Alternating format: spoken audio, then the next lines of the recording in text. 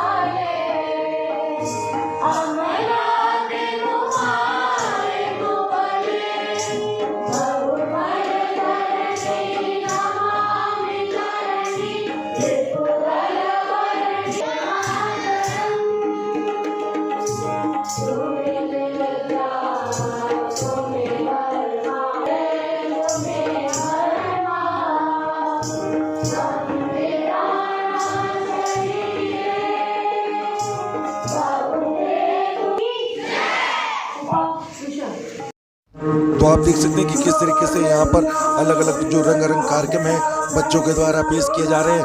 वही स्कूल के प्रिंसिपल नागेंद्र पांडे ने बताया कि किस तरीके से बच्चों ने इस बार स्वतंत्रता दिवस को लेकर ये तैयारियां करी थी। आप बता दें कि देश भर में अमृत महोत्सव कार्यक्रम भी जो है वो चल रहा है, और उसी क्रम में जिस तरीके से 15 अगस्त जो है हर साल हर स्कूल में हर जगह पर बड़ी धूमधाम से मनाया जाता है, तो बच्चों को भी काफ़ी समय से 15 अगस्त का इंतजार था। और उसी क्रम में देखिए कि किस तरीके से बच्चे जो है रंगारंग कार्यक्रम पेश करते हुए नजर आ रहे हैं। साथ ही साथ अपने शरीर को किस तरीके से स्वस्थ रखना है और अपने आप को किस तरीके से आगे बढ़ाना है, चाहे वो पढ़ाई के क्षेत्र में हो या खेल कूद के, उसको भी देखते हुए यहाँ पर जो कार्यक्रम है वो किए गए। आपको बता दें कि योगा के साथ साथ यहाँ पर बच्चों ने स्पोर्ट्स को लेकर जिस तरीके से है आज के डेट में हिंदुस्तान जो है कॉमनवेल्थ गेम हो चाहे अन्य और गेम हो जिसमें देश का नाम रोशन किया जा रहा, उसमें भी बच्चों ने यहाँ पर अपनी अपनी जो प्रस्तुति है वो पेश करी।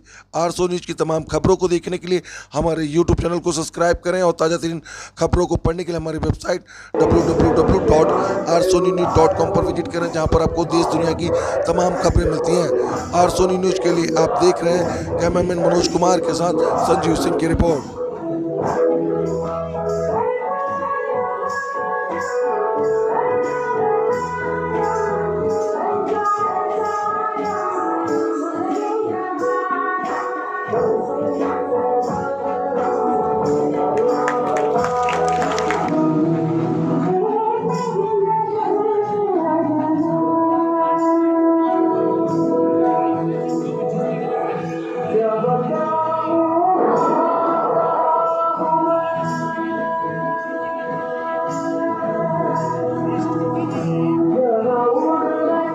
क्या खास है इस बार का स्वतंत्रता दिवस?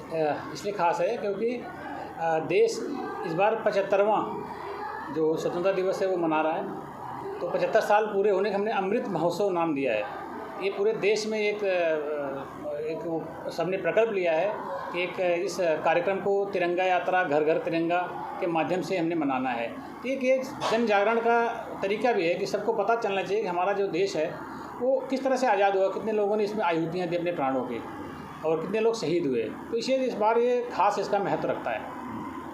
अच्छा, जो बड़े हैं जो युवा हैं वो तो समझ रहे हैं इस चीज़ को, बच्चों में कितना उत्साह है, क्योंकि आप एक स्कूल के प्रिंसिपल हैं तो आप हर बच्चे को ज़्यादा करीबी से जाते हैं, कितना उत्साह है? ऐसा है, ये जो छात्र हैं, बच्चे हैं, अभी छोटे हैं, तो ये हमारा और हमारे आचार्यों का, इनका दायित्व बनता है कि इनके अंदर देशभक्ति की भावना हम भरें।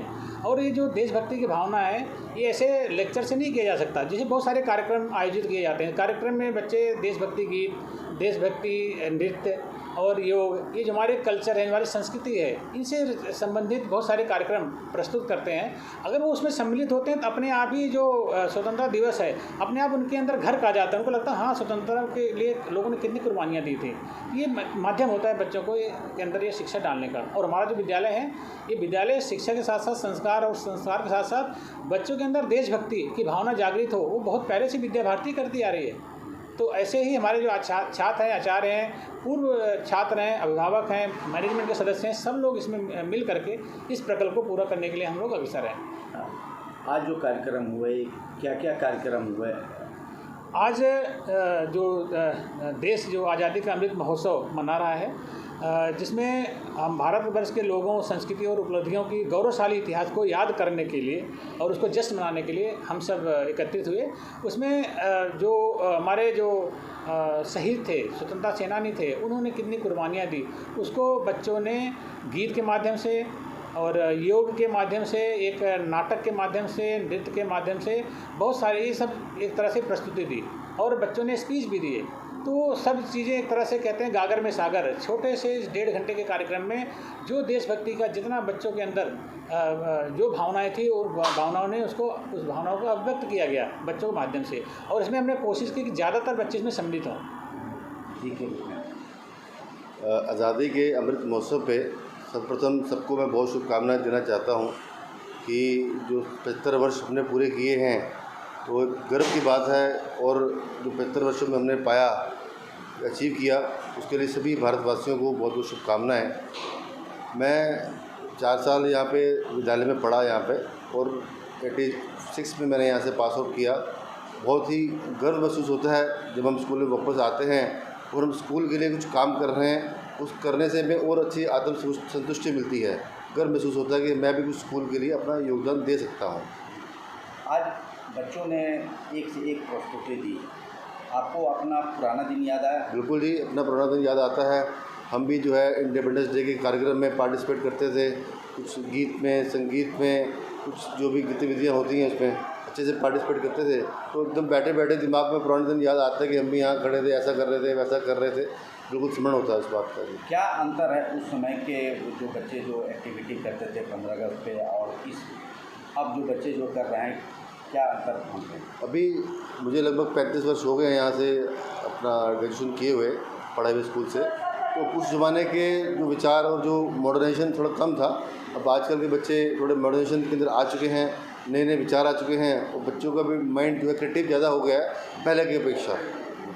आज जो प्रस्तुति दी बच्चों ने, कैसा लगा आपको? बहुत अच्छी प्रस्तुति करी, देशभक्ति से पूरा ओतप्रोत थे, समाज को मैसेज दिया योग के माध्यम से कि हम सबको अपना शरीर को स्वस्थ बनाने के लिए लगातार योग पर ध्यान देना चाहिए।